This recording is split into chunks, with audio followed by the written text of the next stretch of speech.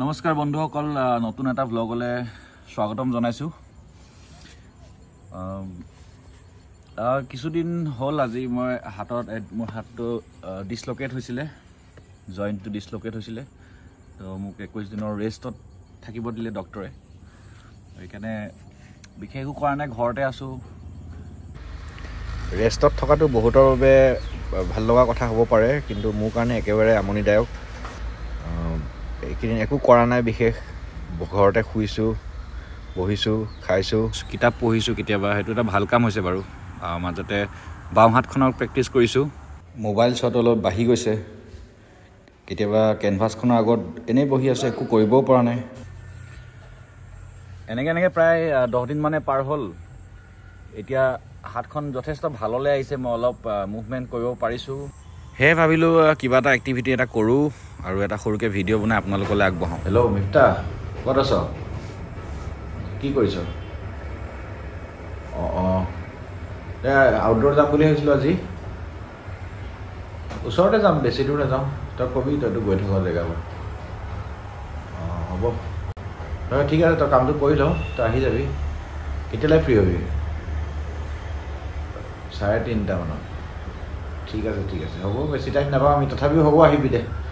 যাম, ওচৰতে, বেছি দূৰ নাযাওঁ, অলপ কিবা এটা শিকিম, বহুত দিন হ'ল। হ'ব দে, ঠিক আছে, তই মোক ফোন কৰিবি।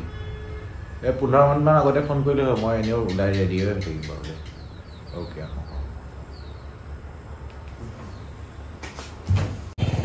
ঘৰৰ পৰা ওলাই আহিলোঁ, লগত স্কেটছবুক আৰু 2-এটা সামগ্ৰী। মিফ্তা আহি পালে আমি অলপ ওলাই যাম আউটডোৰ পেইণ্টিং কৰিবৰ কাৰণে। ওচৰতে যাম। এতিয়া সময় প্ৰায় 3:30 হ'ল, বহুত বেছি সময় নাই, প্ৰায় 2.5 ঘণ্টামান সময় পাম পোহৰ ভালকৈ। বস্তুখিনি গাড়ীৰ পিছফালে ৰাখি পানী নললি, এটাই লৈছোঁ খোৱা পানী, সেইটো ভৰাই ল'ব পাৰিলে।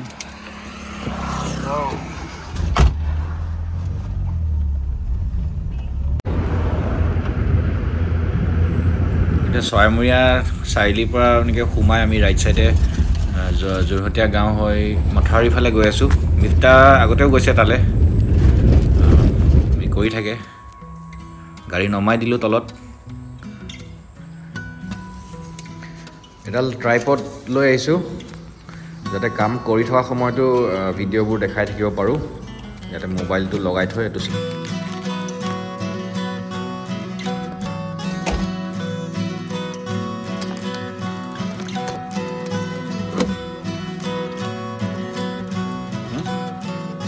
লৈ লওঁ।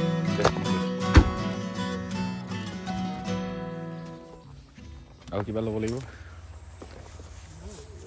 মোৰ হাতটো দুখ পাই থকাৰ কাৰণে বেছি বস্তু দাঙিব পৰা নাই। মিফ্তাই বেছিভাগ বস্তু লৈছে। মই 2টামান যি পাৰোঁ পাতল বস্তু কেইটামান উঠাই লৈছোঁ বাওঁ হাতেৰে। সোঁ হাতত মোবাইল, ভিডিঅ' কৰি থাকিব লাগিব। এতিয়া আগবাঢ়িলোঁ এইটো ৰাস্তাৰে। পানী জমা হৈ আছে ইয়াত। অলপ দূৰ গ'লে আমি মুকলি পথাৰ পাম, আমি তাতে বহিম। ওচৰতে এটা জুৰিও আছে বোলে। জেগাডোখৰ পিছল।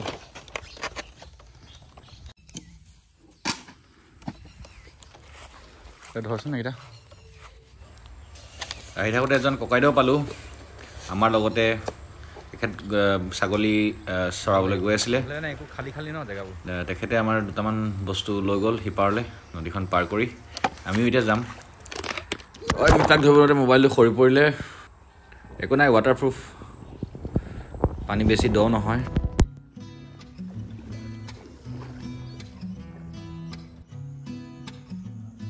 জুৰিটো পাৰে এনেই এপাক খোজকাঢ়িলোঁ, চালোঁ জেগাবোৰ। এই স্পটটোৱে আমি চিলেক্ট কৰিছোঁ। এয়া গাঁওবুঢ়া কাই বহি আছে, তেখেতে ছাগলী চৰাবলৈ আহিছিলে।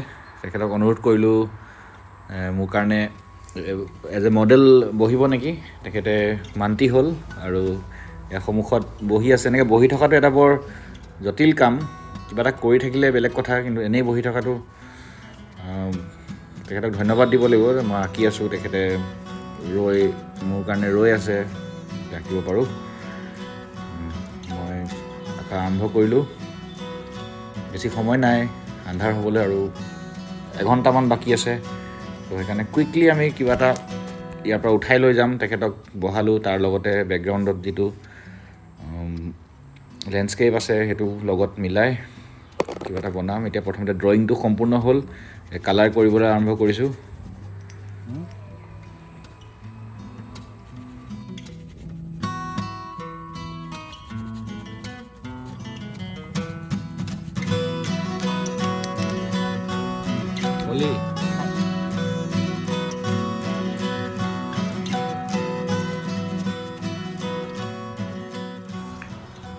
ইফালে মিফতাহ বহিছে সিও অঁকা আৰম্ভ কৰি দিছে খুব ধ্যানত বহি আছে ল'ৰাটো মই এফালে কৰি আছোঁ ৰং লগাই আছোঁ আমাৰ গাঁওবুঢ়াকাই বহিয়ে আছে তেখেতো এক্সাইটেড হৈ আছে ৰ'বলৈ চাবলৈ কি বনাই কিনো বনাই আছে তেখেতে আগতে কেতিয়াও এনেকৈ দেখা নাছিলে প্ৰথমতে বুজি পোৱা নাছিলে আচলতে কৰিম কি আমি লাহে লাহে গম পালে এতিয়া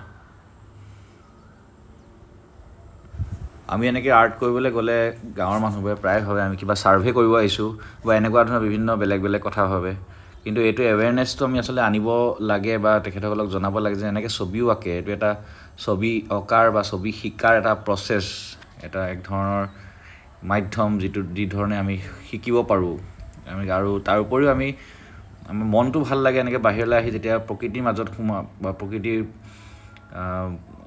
ৰংবোৰ বুটলোঁ শ্বেপবোৰৰ ওপৰত অধ্যয়ন কৰোঁ এই ধৰণৰ কামবোৰে এক বেলেগ ধৰণৰ মানসিক শান্তি দিয়ে তাৰ উপৰিও শিকাও হয় যথেষ্ট আৰু এইটো সঘনাই কৰি থকা এটা প্ৰেক্টিছ ডেইলি আমি প্ৰায়ে যাব লাগে আচলতে কিন্তু ইমান সময় নোপোৱা হ'লোঁ আজিকালি বিভিন্ন কমাৰ্চিয়েল প্ৰজেক্টছ থাকে বেলেগ বেলেগ সমস্যা বেলেগ বেলেগ কাম এই কামটো থাকি যায় আগতে খুব কৰা হৈছিলে আগতে মই যথেষ্ট প্ৰেক্টিছ কৰিছোঁ আউটডোৰ বিভিন্ন জেগাত গৈ এনেকৈ বহোঁ কাম কৰোঁ এয়া ষ্ট্ৰাকচাৰটো আহিলে আৰু বেছিক আউটলাইনছখিনি আহিলে মিফতাই বনাই আছে মিফতাই প্ৰায়ে আউটডোৰ যায় সি খুব সঘনাই এনেকুৱা ধৰণৰ প্ৰেক্টিছ কৰি আছে খুব ঘৰত তাৰ পেইণ্টিং একদম জমা হৈ গৈছে একাল হৈ গ'ল ঢেৰ আৰু বহুত আপগ্ৰেড হৈছে তাৰ কামবোৰ এবাৰ ওচৰৰ পৰা চাই দিওঁ মিফতাহ কিমান দূৰ আগবাঢ়িলে অলমষ্ট কৰি আছে শেষ হৈছেগৈ আৰু এই দূৰৰ গছ থকা জেগাটো এইটো ইতিমধ্যে গাঁওবুঢ়াকাই উঠি গৈছে ইয়াৰ পৰা তেখেতৰ হয়তো ছাগলী আনিব সময় হ'ল লগতে গৰুও আছে যথেষ্টখিনি কাম আছে আমালৈ এনেকৈ বহি থাকিলে নহ'ব মোৰো পেইণ্টিংখন হ'বৰে হ'ল অলপ কাম আছে বেকগ্ৰাউণ্ডটো কাম আছে সেইটো অলপ ভালকৈ চাই চিতি কৰি আছোঁ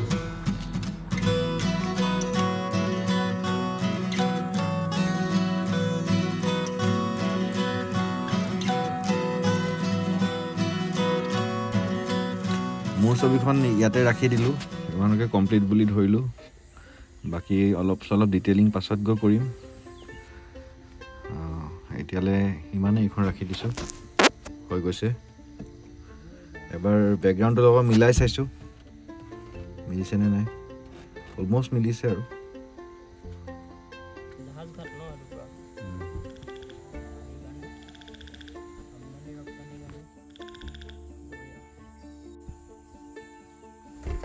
মিফতাহ এতিয়াও লাগি আছে তাৰো হৈছেগৈ আৰু অলপ ফাইনেল শ্বেডবোৰ দি আছে গছৰ দূৰৰ গছবোৰ আঁকি আছে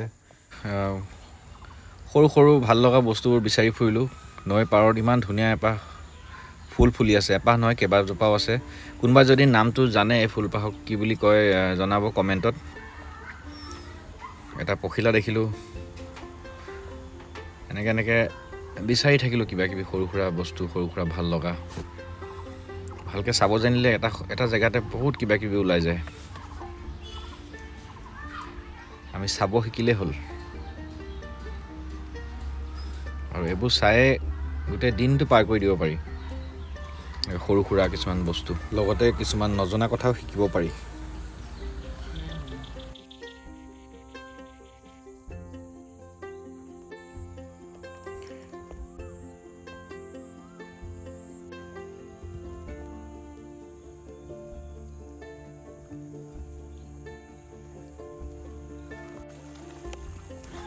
গাঁওবুঢ়াকাই গৰু লৈ ঘৰলৈ গ'ল। মই ওচৰে পাজৰে কিবা কিবি বিচাৰি ঘূৰি থাকিলোঁ। সৰু সুৰা বস্তুৱে কেতিয়াবা অনুপ্ৰাণিত কৰি দিয়ে আৰু সেইবোৰ বিচাৰি থাকোঁ সদায়। এণ্ডলেছ, কেতিয়াও শেষ নহয়। এইখিনিতে মন কৰিব মিফতাৰ শ্বাৰ্টটো। সি নিজেই এখন লেণ্ডস্কেপ পেইণ্ট কৰি লৈছে পিছফালে শ্বাৰ্টৰ। মিফতাই বৰ ধুনীয়া ধুনীয়া শ্বাৰ্ট ডিজাইন কৰে, নিজে চিলায়ো। একেবাৰে স্কুলীয়া দিনৰ পৰা মিফতাই নিজৰ শ্বাৰ্ট নিজে ডিজাইন কৰে, নিজে চিলায়। তেতিয়াৰ পৰা এনেকৈ পিন্ধি আহিছে।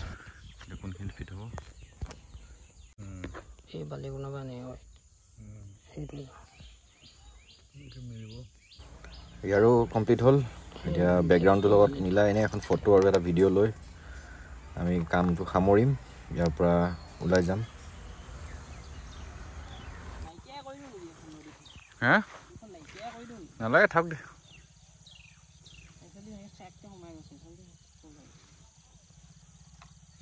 পেক আপ কৰি দে।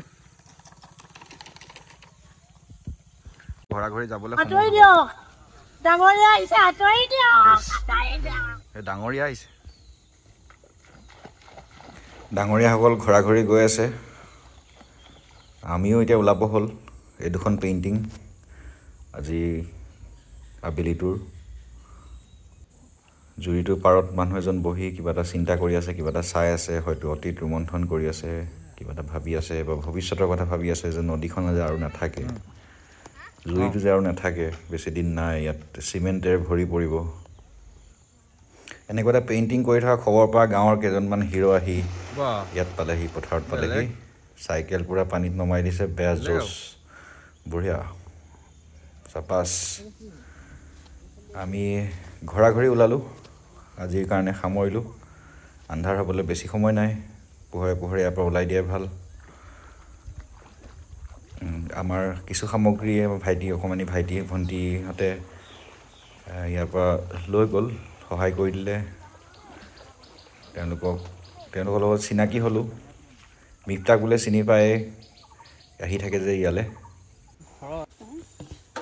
পেলাই নিদিবি আকৌ।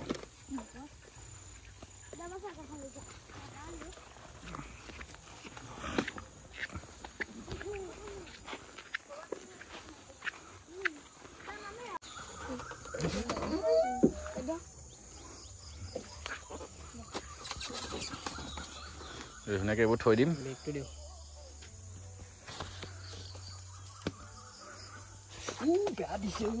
পৰুৱা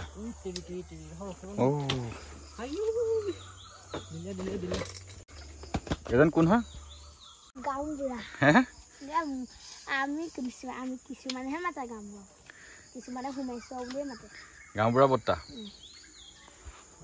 গাঁওবুঢ়া বৰ্তা ইয়াত বহি আছে নদী পাৰত।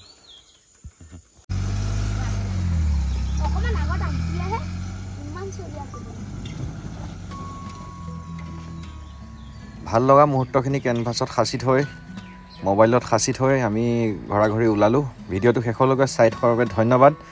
আৰু এনেকুৱা ধৰণৰ আৰু আপডেট আহি থাকিব, আৰু নতুন নতুন ভিডিঅ' আহি থাকিব, নতুন নতুন জেগা, নতুন নতুন কাম, আমাৰ সৃষ্টিশীল যাত্ৰা অব্যাহত থাকিব। আপোনালোকৰ লগতে ভিডিঅ'ৰ যোগেদি আমাৰ লগতে থাকিব বুলি আশা ৰাখিলোঁ। ভিডিঅ'বোৰ চাই থাকিব। যিসকলে চেনেলটো ছাবস্ক্ৰাইব কৰা নাই, ছাবস্ক্ৰাইব কৰি থ'ব। ভিডিঅ'টো শেষলৈকে চোৱাৰ বাবে ধন্যবাদ।